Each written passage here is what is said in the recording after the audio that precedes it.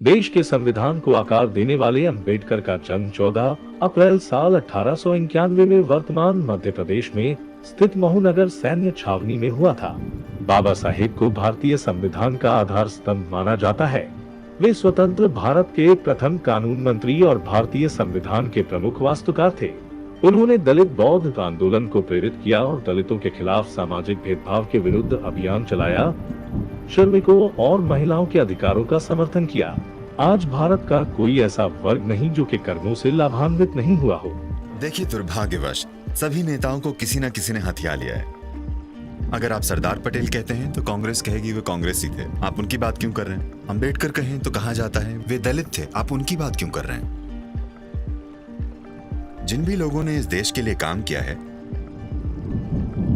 उनका सभी के लिए प्रेरणा बनना महत्वपूर्ण है। डॉक्टर अंबेडकर मानते थे कि जीवन लंबा नहीं महान होना चाहिए।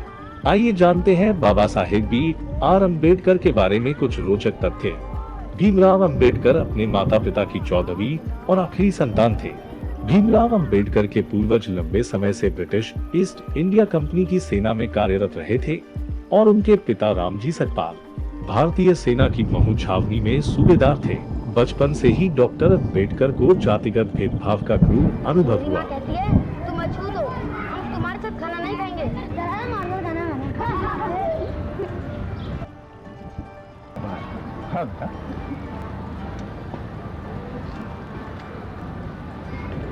बेटा भीम, आज से तुम अपना ध्यान सब बातों से हटाकर पढ़ाई की ओर लगाओ बेटा। और इतना पढ़ो कि इन सब बच्चों से आगे निकल जाओ। आज से तुम्हारा उनका मूल या ओरिजिनल नाम अम्बा वाडेकर था, लेकिन उनके शिक्षक महादेव अंबेडकर, जो उन्हें बहुत मानते थे, ने स्कूल रिकॉर्ड्स में उनका नाम अम्बा वाडेकर से अंबेडकर कर दिया। डॉक्टर बाबा साहेब अंबेडकर विदेश से अर्थशास्त्र में डॉक्टरेट PhD की डिग्री प्राप्त करने वाले पहले भारतीय थे। नहीं, तुम्हें आजादी तो है कम से कम। क्या बात कर रहे हो? इसे आजादी कहते हैं? बातें कम करो, पूरा काम 2 घंटे में खत्म करना है, जल्दी करो। तुम्हारे लिए 14वां संविधान सुधार तो है? संशोधन सिर्फ कागजों पर है।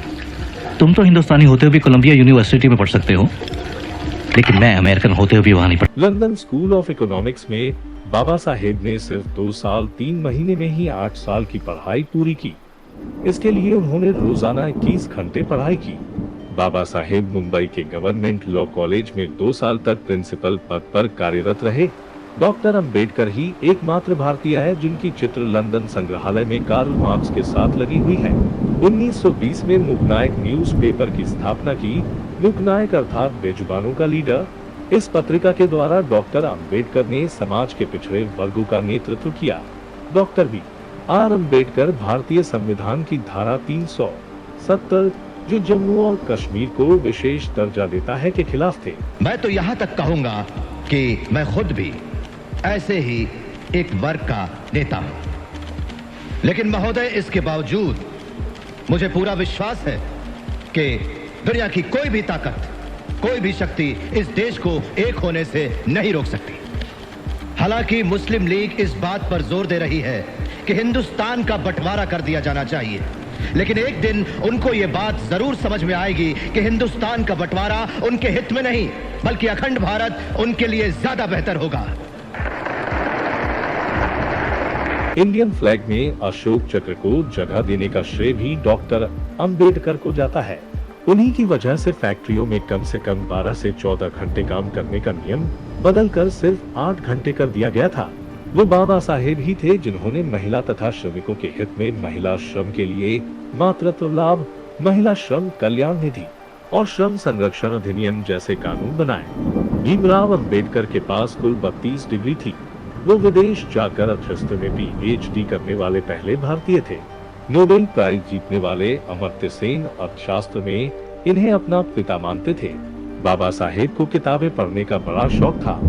माना जाता है कि उनकी पर्सनल लाइब्रेरी दुनिया की सबसे बड़ी व्यक्तिगत लाइब्रेरी थी, जिसमें 50,000 से अधिक पुस्तकें थी। छोड़ के आया हूँ मैं। इतना सारा पढ़कर क्या करेंगे आप? बहुत हुआ, मैं आपको नहीं जाने दूंगी। अरे चिंता मत करो, आज ही नहीं। डॉक्टर बी आर अंबेडकर की 2 शादियां हुई थी। पहली 9 वर्षीय बालिका रामाबाई के साथ तब बाबा साहेब 15 वर्ष के थे। उन दिनों भारत में बाल विवाह का प्रचलन था और उनकी दूसरी शादी रामाबाई की मृत्यु के बाद 57 साल की उम्र में हुई।